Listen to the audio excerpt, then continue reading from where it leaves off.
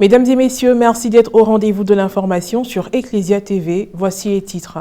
La solennité de la Toussaint a été célébrée le mercredi 1er novembre dernier par les chrétiens catholiques du monde entier dans le diocèse de Katiola après la messe présidée par l'ordinaire du lieu, son Excellence Monseigneur Honoré Begré Dakba. La commémoration des fidèles de fin a été faite dans l'après-midi lors d'une célébration officiée par le révérend père Félix Koulibaly.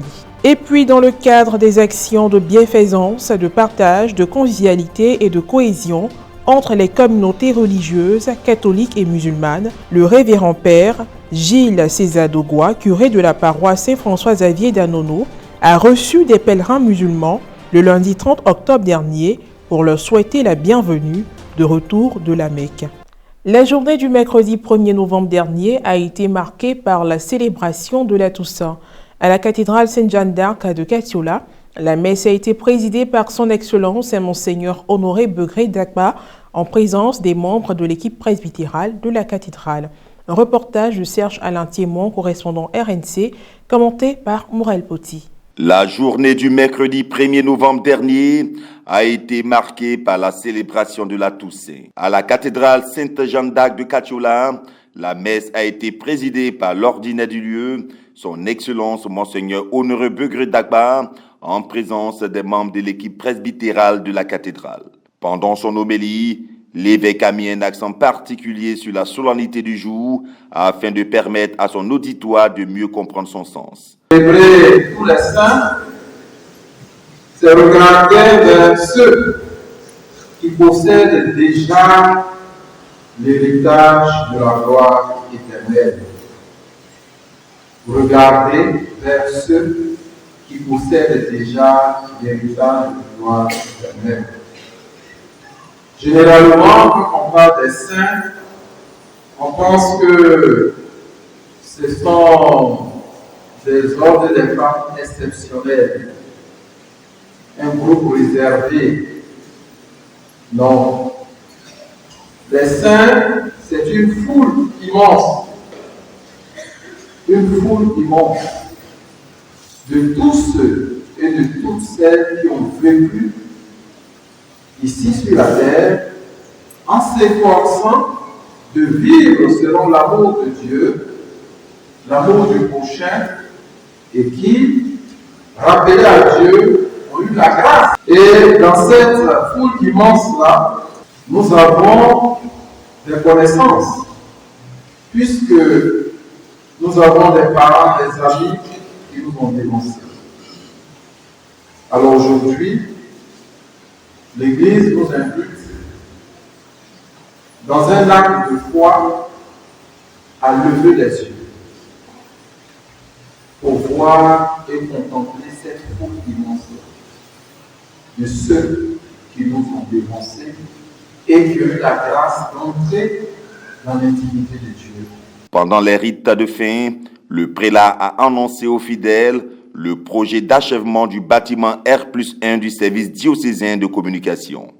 Aussi, il a porté à leur connaissance que la prochaine assemblée plénière des évêques catholiques de Côte d'Ivoire se tiendra dans le diocèse en début de l'année 2024. Toujours dans le diocèse de Katiola, profitant de ce jour férié, les fidèles de plusieurs paroisses ont anticipé la commémoration des défunts dans l'après-midi du 1er novembre. Une célébration liturgique a d'abord eu lieu, puis a suivi le recueillement sur les tombes. Serge Alain Thiémon, correspondant RNC, commentaire Maria Bissier. Dans l'après-midi du mercredi 1er novembre dernier, les prêtres, les religieuses et les laïcs du diocèse de Katiola, précisément de la cathédrale Sainte-Jeanne d'Arc, les paroisses Notre-Dame de l'Annonciation de Konankaha, Saint-Albert-le-Grand de Dembekaha, ont commémoré par anticipation les fidèles défunts lors d'une célébration liturgique présidée par le révérend père Félix Koulibaly, curé de la cathédrale. Un hommage aux disparus qui a été marqué par la méditation de 3 dizaines de chapelets et la liturgie de la parole. Pendant sa prédication, le père Félix a rappelé à chacun que nous ne pouvons entrer au ciel que grâce au sang de l'agneau, grâce au sang du Christ. C'est justement le sang du Christ qui nous a justifiés, qui nous a ouvert les portes du ciel. Et si, en cette célébration de la Toussaint, nous nous rappelons de ces frères et sœurs qui nous ont précédés dans la vie et qui sont au ciel, c'est parce qu'ils ont été lavés dans le sang de l'agneau. En clair, il a souhaité que les fidèles retiennent que la Toussaint est un jour d'espérance. Avant de terminer, il a invité les fidèles à formuler des intentions de messe pour le défunt pendant ce mois de novembre et tout le temps après. Au terme de cette célébration, une procession en fanfare a été effectuée en direction du cimetière des prêtres situé dans l'enceinte du collège catholique Saint-Jean-Marie Vianney de Katiola. On suivit la bénédiction des tombes et le dépôt de gerbes de fleurs. Quelques propos recueillis. Nous sommes venus pour prier pour nos prêtres défunts et à travers eux pour tous nos parents qui nous ont devancés dans la maison du Père. Alors c'est un message d'espérance parce que Dieu nous a fait cette promesse-là que nous avons un avenir auprès de lui. Voilà, quand notre pèlerinage terrestre prendra fin. Et notre souhait à tous, c'est d'avoir accès à cette félicité éternelle avec Dieu pour ne pas vivre inutilement sur cette terre. C'est une journée, une célébration de commémoration pour dire qu'ensemble, nous n'oublions pas ceux qui nous ont devancés dans le cœur. Et un jour que nous aussi, nous les rejoindrons. C'est le sens que je donne à cette célébration de la prière pour nos défunts. Et en particulier cette démarche vers le cimetière, sur leur tombe. La fête de Toussaint, c'est quelque chose de fort et de bien. L'Église, c'est une reconnaissance que l'Église apporte à l'endroit de tous les défunts. Alors c'est un signe symbolique qui témoigne de notre foi que celui que nous suivons, Jésus-Christ, est vraiment ressuscité. Et nous vivons cette espérance en ce jour.